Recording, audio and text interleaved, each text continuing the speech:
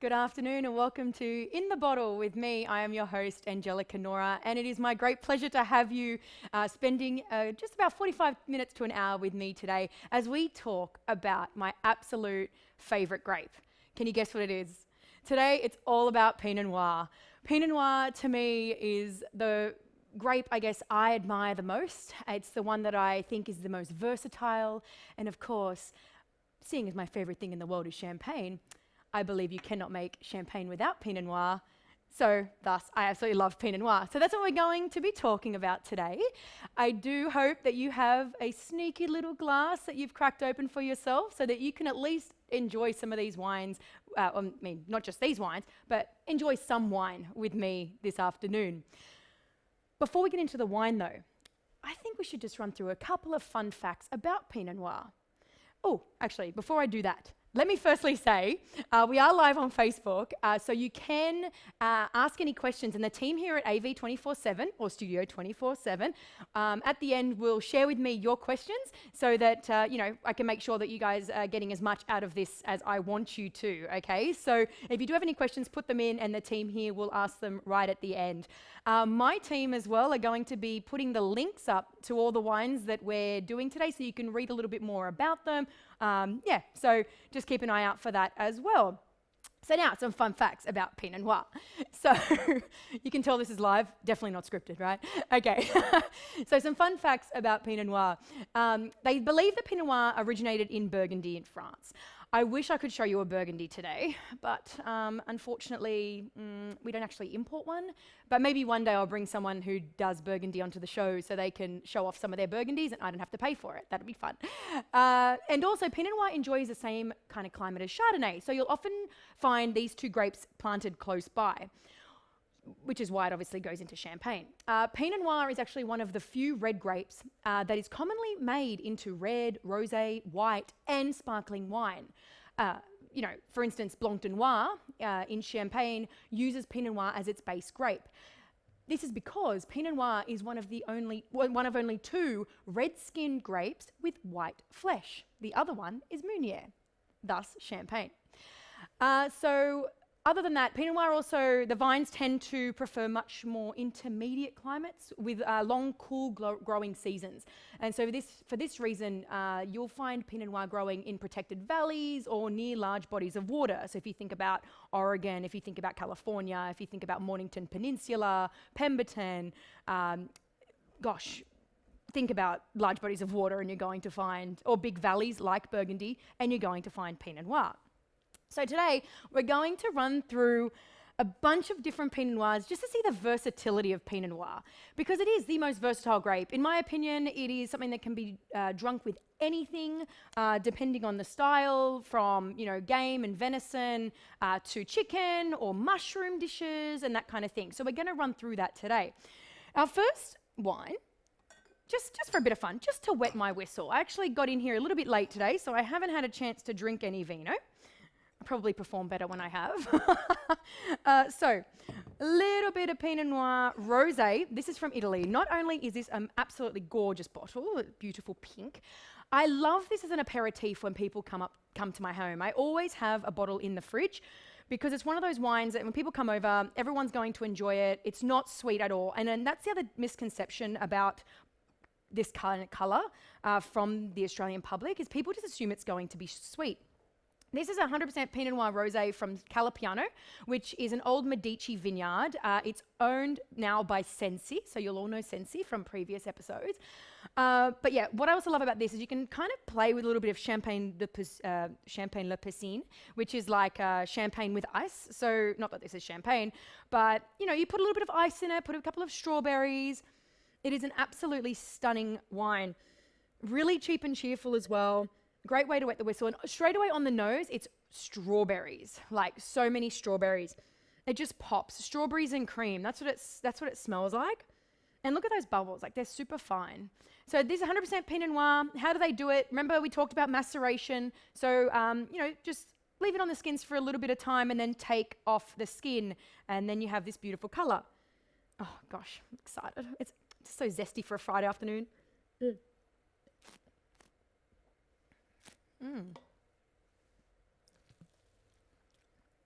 Oh, wow. So then, get that beautiful strawberries and cream. It's got this delightful, zesty bubble, It's quite persistent on the palate with beautiful acid. This is a great wine.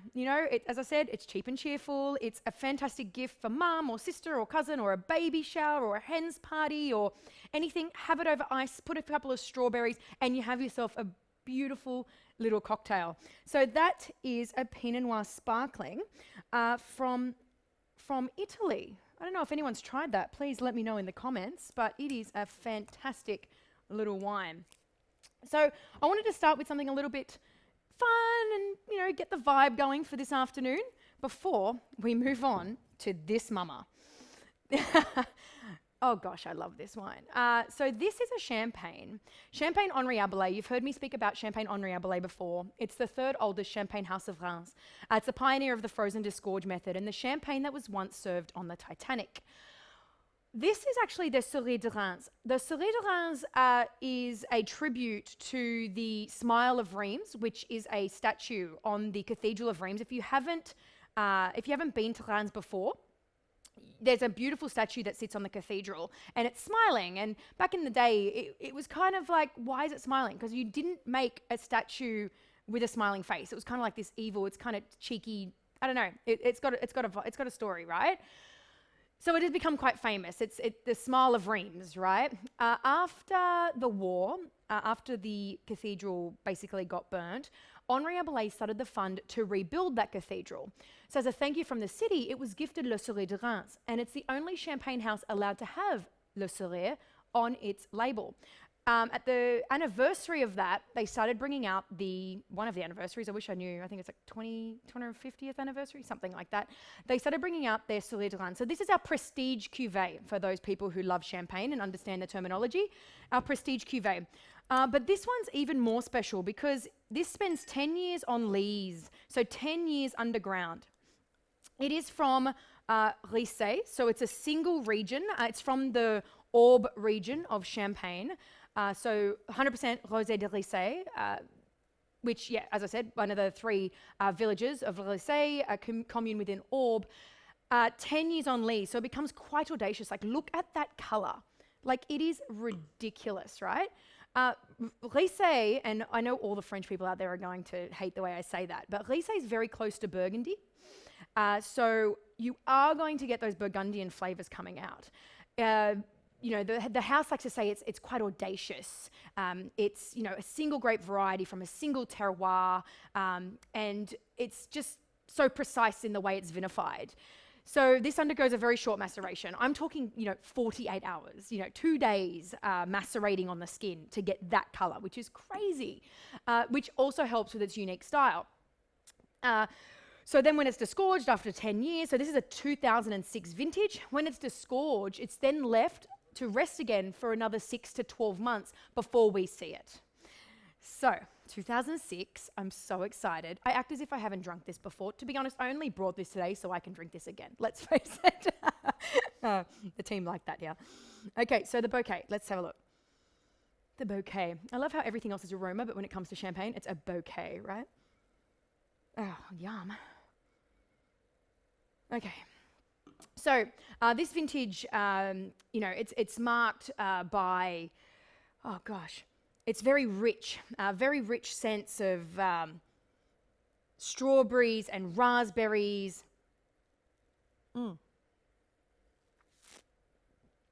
Black currants. That's the other thing. It's like spicy. It's, sweet spices, minty, clove, like sweet spice, like clove. But there's so much more, like it's super complex. You've got like orange blossom and violets. It's kind of like exactly what you expect from Pinot, really. Okay, sorry. I did have a sneaky taste before, but let's have a look.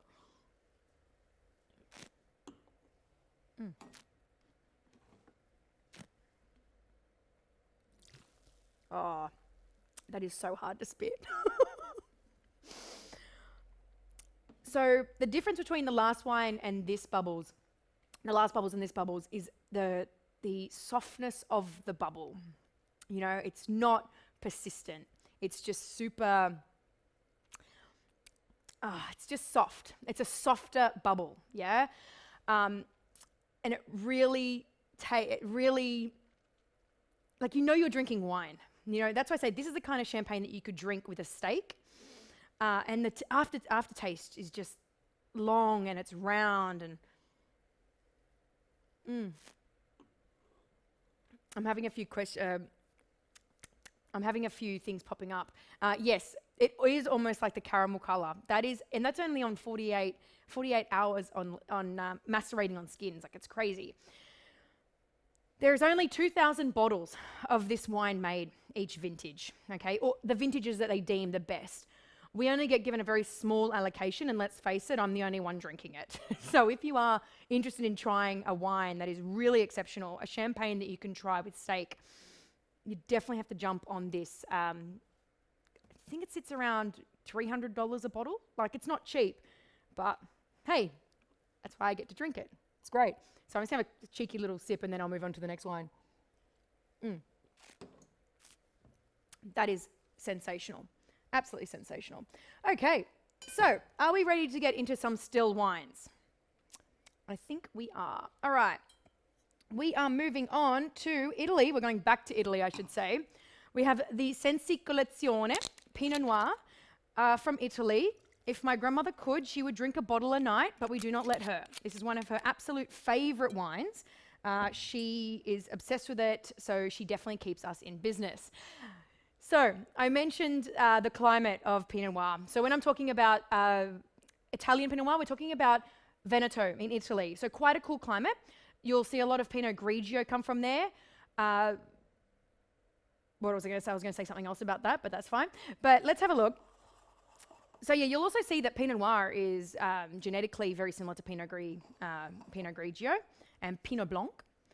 So look at the color, it's beautiful. We got 2017 vintage. I haven't tried this one yet.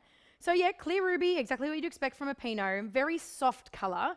Another reason why I love Pinots is that they're just so medium-bodied and easy to drink, and you can tell by the color. So let's have a smell. Oh, it's so juicy. Woo.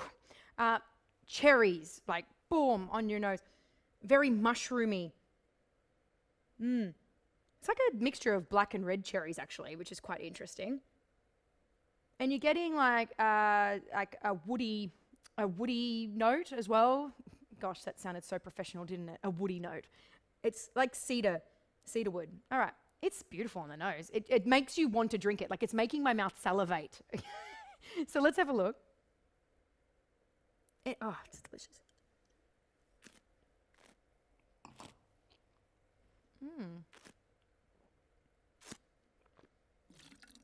Oh,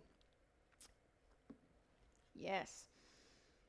Plummy, black cherries, oak, but also mushroomy. Like, it's getting that mushroom character coming through already, which is awesome. The other thing is that there's quite a lot of acidity and tannin. And obviously when we're in Italy, I'm expecting acidity and tannin. It's part of the game. I love Sangiovese for the same reason I love Pinot. I think that they're medium-bodied, and I love that fresh acid and that tannin because I think that they're perfect with food.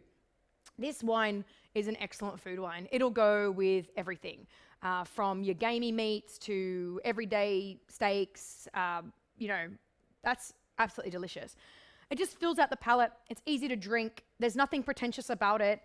And you know what I love? It's like $20 a bottle. So that's the other thing. I feel that Pinot Noir is misunderstood because when you're looking at Burgundy, we are looking at, $100 plus a bottle for red Burgundies, whereas you can have this fantastic little Italian number with a pizza or with a good meal for $20. Like, it's crazy value for money. So yeah, easy drinking, medium-bodied, good acid, nice tannin, and all those beautiful cherry and plum flavors. That is our Sensi Collezione Pinot Noir. Absolutely awesome wine. Where shall we go next?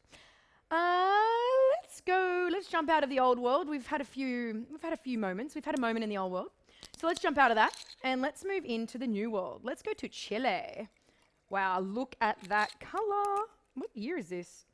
You can tell I don't look at vintages very often, can't you?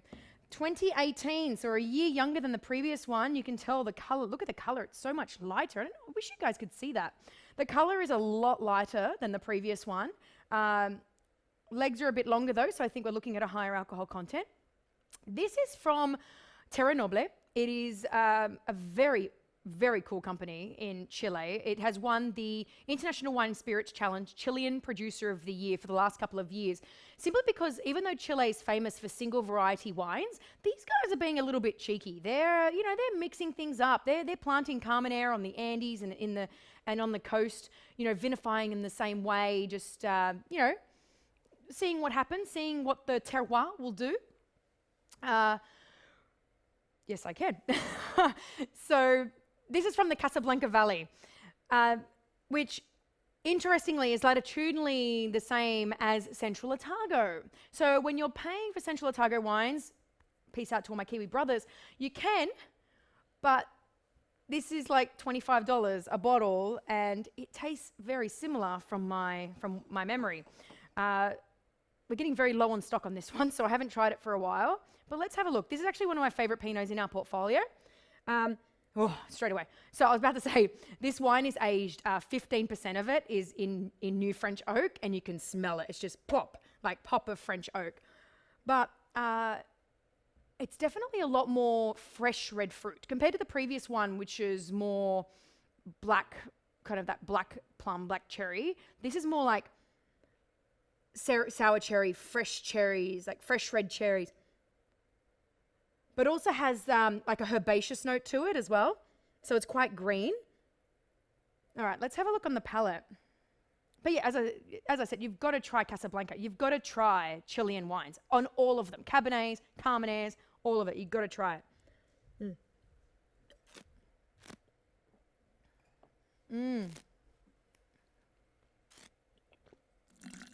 Oh yeah. Look at that color. Doesn't it look great? It's great wine. Beautiful soft tannin. You can see I'm struggling to speak because there's very vibrant acid. For those who haven't watched this before, acid is when you tip your mouth forward and feel like you need to drool. That's acid. It's very fresh, very fruity, exactly what the nose suggested. Lots of sour cherry, lots of red fruit, very green though. But you can definitely taste the oak, but there's a greenness to this wine, a herb character to this wine that is absolutely beautiful. I'd just drink this on the back porch, to be honest. I'd just chill it down a little bit. I would just drink it on the back porch, grate a aperitif, have it with white meat. Do you know what? You know what this would be really good? It would be awesome with Chinese food. I know that sounds weird, but like with the spice of a Chinese food, this actually would work. Casablanca, so at the beginning, I've had a question around cold climate. Yes, Casablanca Valley is cool climate. So at the beginning, I spoke about how Pinot Noir either grows in valleys, like deep valleys, or on where there's large bodies of water. So technically Chile has like a massive body of water on each side, but the Casablanca Valley is literally a valley. So very similar to Central Otago, very similar to Burgundy. So that's why Pinot Noir works so well here. There's also slope situation with this. So it has to be on the right slope to be able to get the sun, to be able to ripen. But what I love about it is because it's so cool, the acidity is so bright and it's fresh. Like it's really, really special. So yeah, it's from a valley technically. So thank you for that question.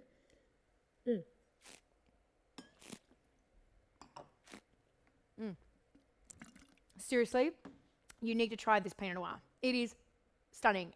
Problem is, it's probably way too easy to drink. Very similar to my previous one. It can be very dangerous doing Pinots, I think. Okay. We're up to number 3 already. My goodness. Okay. Now, I don't speak about viticulture a lot, but we're going to talk about that now because we're talking about Kernel. This is a Kernel Pinot Noir. It is from South Island, New Zealand. Not too sure why they called it South Island when they could have called it Marlborough, but yeah, it is what it is. These are from some stunning vineyards. It's located on the upper South Island of New Zealand, with the majority sourced from the Awatere Valley, which is within the Marlborough. The grapes from this variety of Pinot Noir clone, they're cropped at very low levels with a range of viticultural practices carried out to maximise their quality. that includes, they actually thin it when it shoots. So they thin the grapes when it shoots. They pluck the leaves. They thin the crop at veraison, which is when the grapes start to grow, right? So could you imagine, I shouldn't say when they start to grow, but when they start to go green. So could you imagine, so you're a viticulturalist and you have watched these grapes, but like, you've harvested them and then you replant, you kind of reset everything. Then they start to grow. And then they go green, they become like bunches, and then you make this gut-wrenching decision to crop all the grapes that you've just spent months taking care of. So that's called green thinning. But why do they do that? Why do the viticulturalists do that? Because it's all about quality at harvest time. They don't want massive yields. We want to control the yield so the best grapes get through so that we have a fantastic wine vintage after vintage after vintage. But my heart just it wrenches when I think about all the time it takes to grow a grape, grow a bunch, and then you just have to chop them off and leave them to the birds. It just seems crazy to me. But that's grapes. And if there's anyone on the line that understands viticulture, you'll understand that. And perhaps you can add some information into the group chat if you know anything else about that, just to help out. But yeah, it's pretty special. So Kernel, which is the only Maori-owned winery left in New Zealand. You'll also know Tohu, which is the single vineyard varieties of this. What I love about Kernel is that they're all about a hand up, not a hand out to the Maori culture. They're all about sustainability of land and community and culture, of course, and all about making stunning wines. And again, fantastic value for money. So let's have a look. I haven't tried this wine. This is 2016. I haven't tried it in quite some time. So it'll be good to see how it's developing. Look at that beautiful color. Oh, I get so excited. I do. So yeah, you're getting more of that deep ruby in the glass compared to the previous ones. But again, color comes from age. So when a wine is first bottled, it's going to be a lot more purple. As it ages, it gets more and more red. When it becomes brick red, it's ready to throw away. Okay, just remember. So you want it now, and it's like this beautiful deep ruby. It's nice and clear on the edges. We're getting to that perfect time to drink this. Ooh, yeah. So, very aromatic. Just pops out of the glass, which is what I expect from New Zealand anyways, particularly Marlborough. So you've got cherry and plum. I feel like I'm just going to repeat myself 100 times today because it's Pinot. We get cherries, we get plums, we get floral notes, we get wild herbs. And as it ages, we get that mushroom. I haven't gotten a lot of that mushroom yet. I got it from the Pinot from Italy, but not in this one so much. But very ripe cherry and plum. They're delightful. Let's have a little whirl, shall we?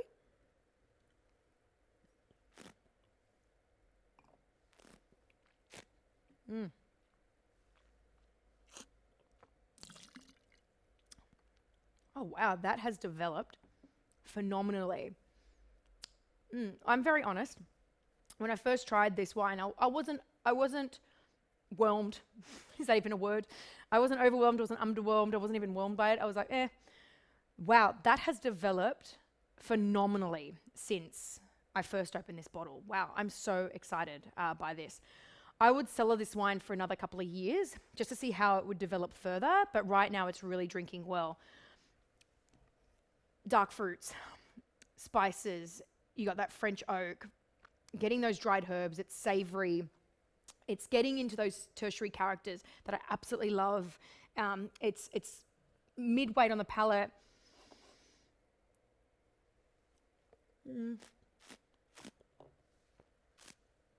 Oh, and it's really balanced. Even though there's acid, the tannin, I don't feel like I need to drill too much because the tannins just suck it all up. It's silky, it's elegant, wow, that has developed. I'm really impressed with that wine. Yeah, excellent. Thank you, Kernel, however else I want to say it. That has great. And for those, the Maoris in my little group here, you can please let me know if I'm wrong, but a Kernel is like a gift basket. So it's like a gift from the Awatere Valley or the south of New Zealand, South Island of New Zealand to you, because that is a real gift. Beautiful. I have had a question around how long you should cellar Pinots. If you're talking Burgundies, 30 to 50 years without even trying. A lot of Australia, New Zealand, 10 years. I just feel that what you put into your body is what you get out of your body. And I don't this is just a philosophy of mine. I don't like to age wines too long. I'd rather drink them fresh and young rather than drinking old and tired, if that makes sense. But then, as I said, really high quality Pinot Noir should last 20, 30 years without even trying. Something like this, I'd give it another couple of years. But guys, at 28, 30 bucks a bottle, it's not worth waiting. Just drink it now. If you're thinking about Burgundy at $100 plus, just drink it now, I reckon. That's my personal opinion. But yeah, thanks for the questions. Keep them coming. It's really, really positive to see. Okay, we only have a couple left. I hope you're enjoying this so far. I hope I've brought you enough different Pinots from different regions to, give you some excitement for tonight, for this afternoon. I'm not sure if anyone's tried these wines before, but if you have, please let me know in the comments as well.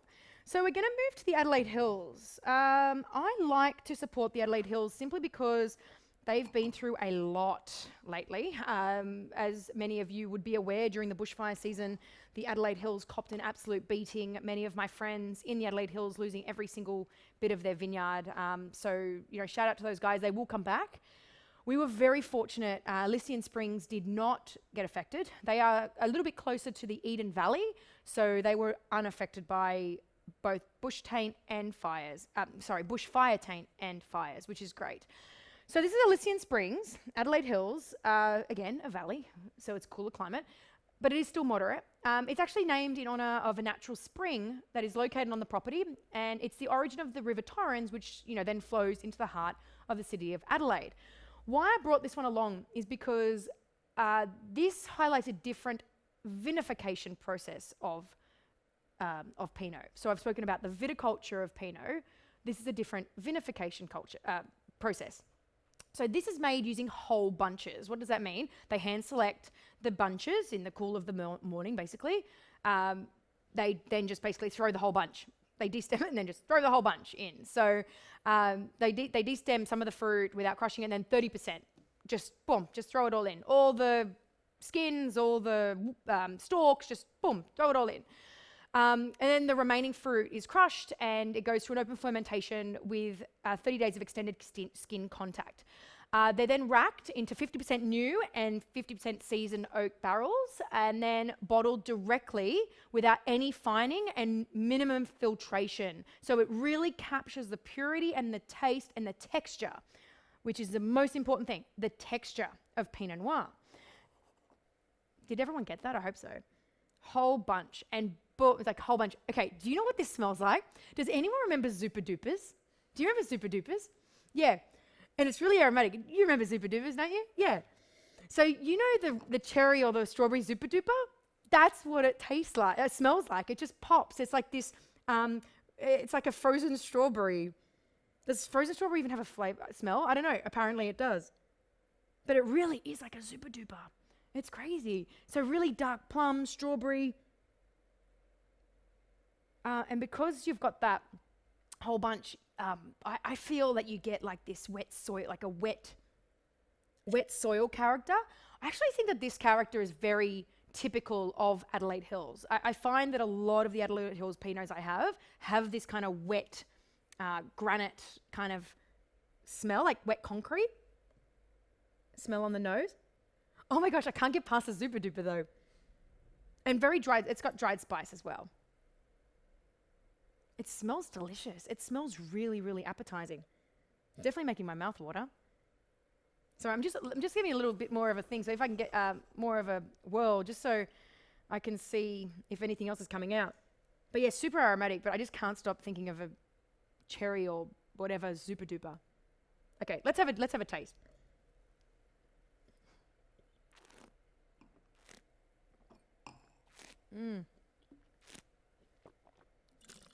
Oh, so you can really, really tell the difference with a whole bunch, like full skin contact, oak. This is big. I would say it's medium to larger, like medium to heavy bodied Pinot Noir. And The tannins are rich, yeah? The tannins are rich, and they linger, and it's got a really long finish. And that's the thing, I just love skin contact. So I just wanted to bring this one along just to show what can happen, the difference between something that is whole bunch, skin contact, minimum filtration, compared to the more, commercial, I hate using that word, but, doing it the commercial way, doing it the normal way, I guess. I mean, what's normal? But anyway, but this is a very, very, very, very good value for money. Looking around $25 a bottle as well. Minimum intervention. And supporting local. Oh gosh, guys, it's like dark plums, cherries, wild spices, cloves. It's got so much deliciousness in this one. I'm so excited to take this one home tonight. So I'll be taking this one. No one else can take this one. Just letting you know. Oh, but I can't believe we're already at the last wine. I have had a question. If you're not big on red wine, what should you start on? Guys, Pinot Noir is a fantastic way to start. It's soft, it's easy drinking. Start with something like this, or go back to the Italian. I always say go back to Italian, have it with a meal. It's very easy to drink Italian wine, and I've converted a lot of white wine drinkers into red wine drinkers thanks to the Italian stuff, because they're softer, they're easier to drink, there's nothing pretentious about them. So yeah, that's where I would start. If you're a little bit too shy of the tannin coming out of a Pinot, there's what I call poor man's Pinot, which is a Gamay, and I love a dirty Gamay. Like, give me a Beaujolais Village any day of the week. Morgon, Beaujolais. Try those, because they're light and fruity and zesty, and like they're just fun. They're like back porch, put some ice in it. I mean, don't put ice in it. But if you wanted to, you could. So I would start there. So hopefully that helps you. If you do have any more questions about that, just email me, Angelica at directwinesellers.com.au, and I'm happy to give you any sort of suggestions. But it's time to go to our final wine for today. We are going to the big man, Robert Bowen, ex-Capel Vale and Horton's chief winemaker. This is from Pemberton. So a lot of people know Margaret River. And Pemberton, I think, is one of the most up-and-coming areas for Pinot Noir in this country. Not being biased, but I think it is. One thing I love about Robert is he is a legend. He is all about terroir. He's all about allowing the wine to do its thing. He doesn't like to interfere too much, so very much minimum intervention. Thinks oak is overrated. He thinks that oak should be there to house the wine, not overpower the wine or cloak. He doesn't like to cloak the wine with oak, yeah? So let's have a look. So Pemberton, this is a 2015 vintage. This is the oldest one that we're looking at. I'm not sure if you can see the difference in the color, but this one, hopefully, if you can get a shot of that, it's a lot more, it's going more to that red now, yeah? It's going more to red compared to, I feel like I should just show this just for context. Excuse the glass. This is a good example. Can you see that? See how this is like more ruby and this is more deep red? That's age, yeah? 2018, 2015. Just show what age can do to a wine. Hopefully that's understood. And look, let's face it, I only did that so I can drink it later. Okay, so again, Pemberton. So people think Margaret River, you think Perth, right? It's not. It's 3 hours south of Perth. WA is a massive place. It is cool climate down there. It is cold down there. I mean, and you've got a large body of water right there as well. Margaret River, Pemberton. So Pemberton's even further south. So when you're talking about Denmark, the Great Southern, that's what they call it, right? The Great Southern. So it's exquisite, yeah? This is like one of these really exquisite Pinots. I mean, I haven't tried it in a year. Ooh, good, that reduction's gone. So when I first tried this wine, when it was first bottled, it was very reductive. What's that mean? I could sort of smell sulfur, which is interesting because he doesn't add a lot of sulfur, but it's gone. It's completely gone, which is awesome. But it's very exotic. Lots of sweet spices, wild herbs. I'm getting the cherry, but it's much more confected now. It's getting into those confectionery characters. Yeah, raspberries and cream. Raspberries and cream. That's what it smells like with this side of herb. We should be more specific with the herb. It's like, I'm sure if I thought about it, I'd know what the herb is. But yeah, it's quite herbaceous. Okay, let's have a look.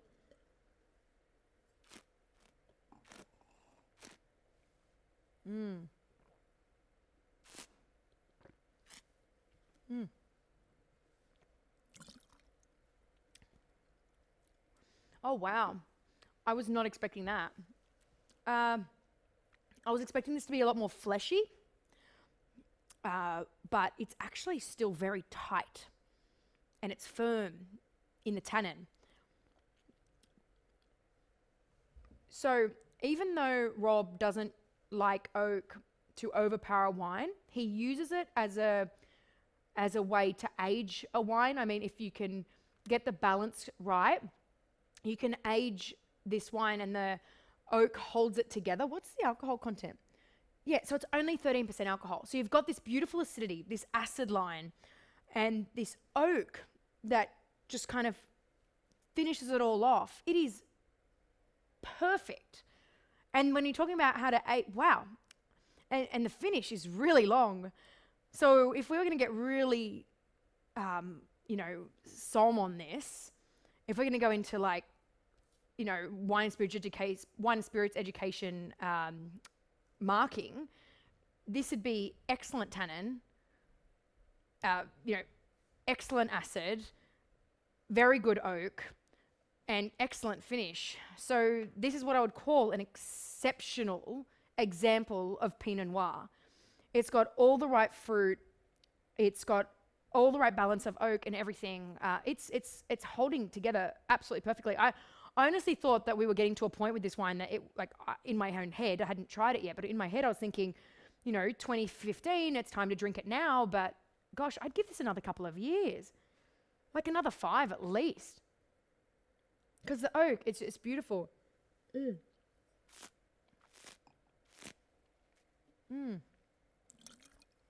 Guys, that's stunning. Sorry, that is really beautiful wine. So, exceptional. I'm so glad we finished on that today. I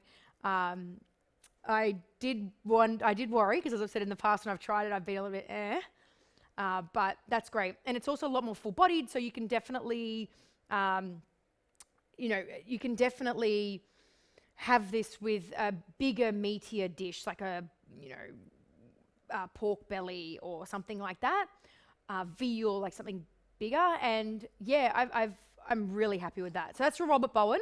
Highly recommend it. Not much stock of that one left either. I think it sits around $50 a bottle.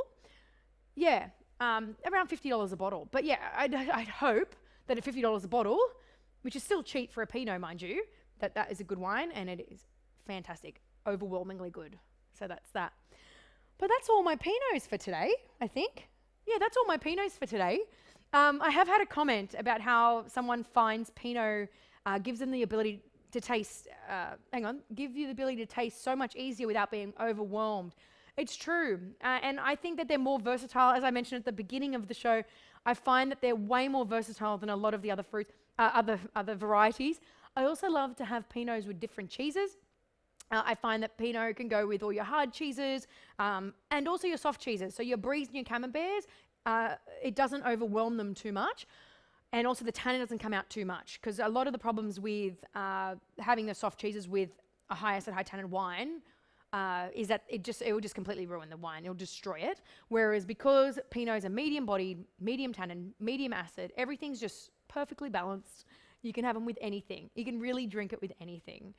So do I have any more questions this afternoon? Because if I do not, I will wrap it up. Guys, I do have one question for you. What do you want to see? What would bring you joy to sit down at 4 p.m. in the afternoon to watch? What would you want to share with your friends? Let me know. We are looking at different ways to get these wines to you prior to these tastings to ensure that you can try them with me, to make sure that I'm not, or maybe you can keep me honest, if that makes sense. So we are playing with a bunch of different ways that we can get this to you. Because we do feel like this is something that does bring a few people some joy on a Friday afternoon, particularly at this time. What's going to make you share this with your friends? That's what I want to know. So please let me know in the comments. I will be there shortly to take a look through. But if I don't have any more questions, please remember you can grab any of these wines from independent bottle shops all around Australia. If they don't have it, ask for it because we can get it to them. Or you can buy them online with me at directwinesellers.com.au. Until next week, I want to thank you so much for being a part of tonight's show. I hope you're enjoying some beautiful Pinot this weekend. And until next week, where I get to see you in the bottle, have a great weekend.